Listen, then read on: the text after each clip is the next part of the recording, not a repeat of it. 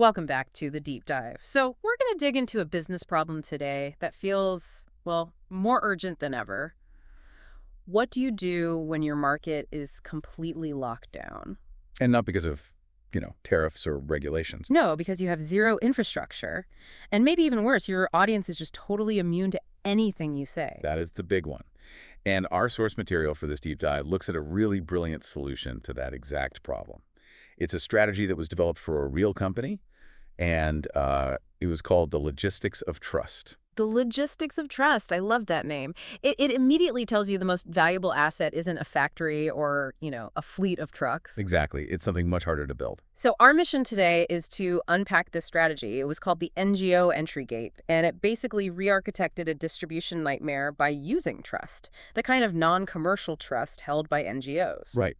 And if you're out there struggling for visibility in, any market today, physical or digital, you first have to understand the classic mistake. The thing most companies do when they hit that wall. Which the sources call the imperialist reflex. The imperialist reflex, yeah. Let's break that down. It sounds like the corporate version of, we'll just throw money at it, build it, and they will come. That's it, exactly. The impulse is always to replicate what worked back home. Hire sales agents, build stores, pour millions into ads. But the whole point of this research is that this reflex is, well, it's completely useless in certain environments. And what are those environments? Because they're starting to sound a lot like the internet in 2025. They really are. The source breaks it down into three things. First, you've got vast fragmented territory. So think thousands of tiny isolated villages. Or today, millions of niche online communities. Right, the logistics are a nightmare. Prohibitively expensive. Second, low transaction value. If you're selling something cheap, you can't afford all that overhead, your margins just vanish. And the third one, the one I think is the real killer. Audience immunity.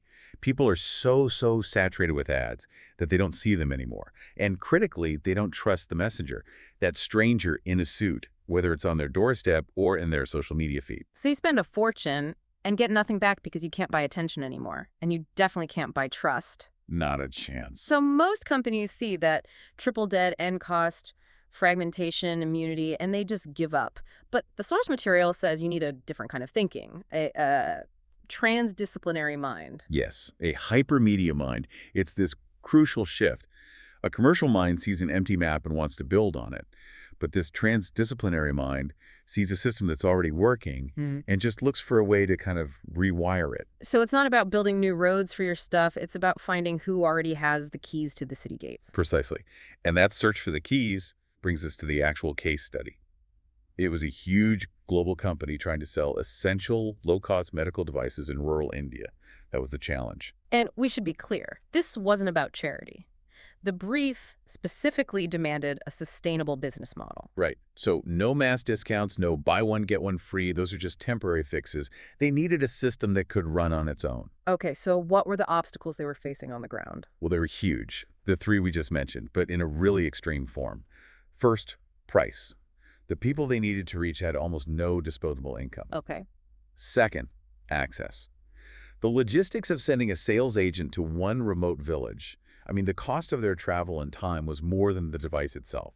It just made no economic sense. That's the cost and fragmentation problem in a nutshell. But the absolute deal breaker was trust.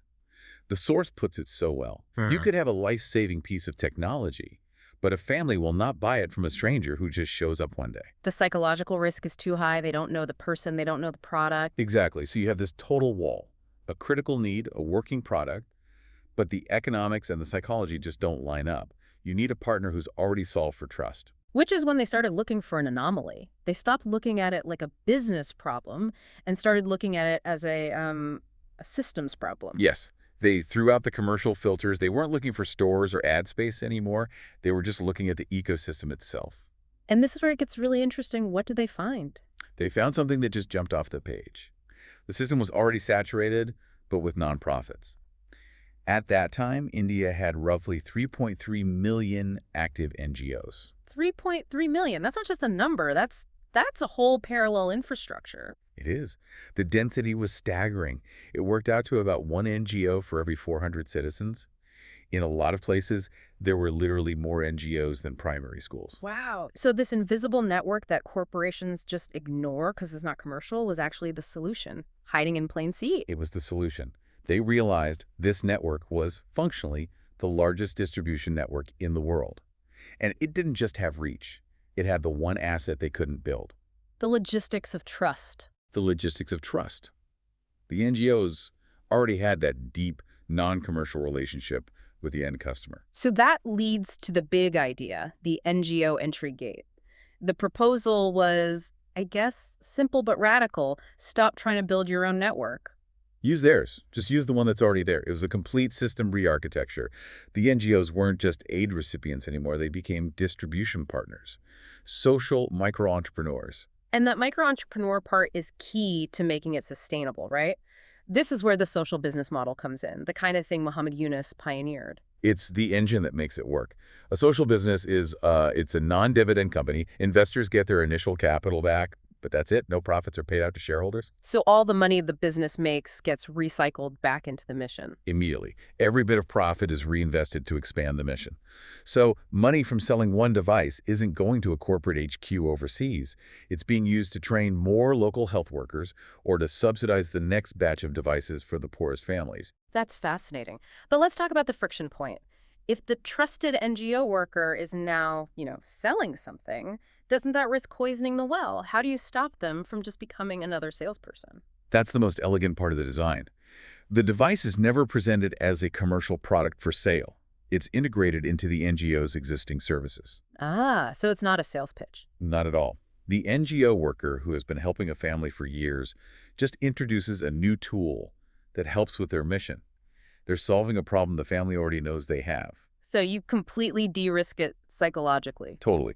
The family accepts the device because the messenger is trusted. Mm. The NGO acts as a filter, a gatekeeper that vouches for the product. The trust Right. transfers from the person to the product. That is genuinely brilliant. You solve for distribution, access, and trust in one move. But what about the money? How did the company fund this without it just becoming a permanent charity handout? This is the strategic funding shift. So think about a normal company's marketing budget. All that money spent on ads and agents. It's just a cost.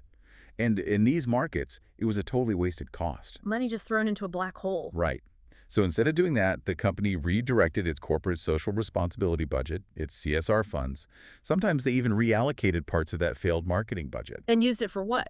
to partially subsidize the cost of the devices that were sold to the NGOs, or to provide the seed capital to set up these little social enterprises in the first place. Okay, so that changes everything. Money that was going to be a rental fee, renting 30 seconds of someone's attention, is now an investment, a capital investment in market access. That's the aha moment. $100 on an ad is gone forever, with zero trust earned.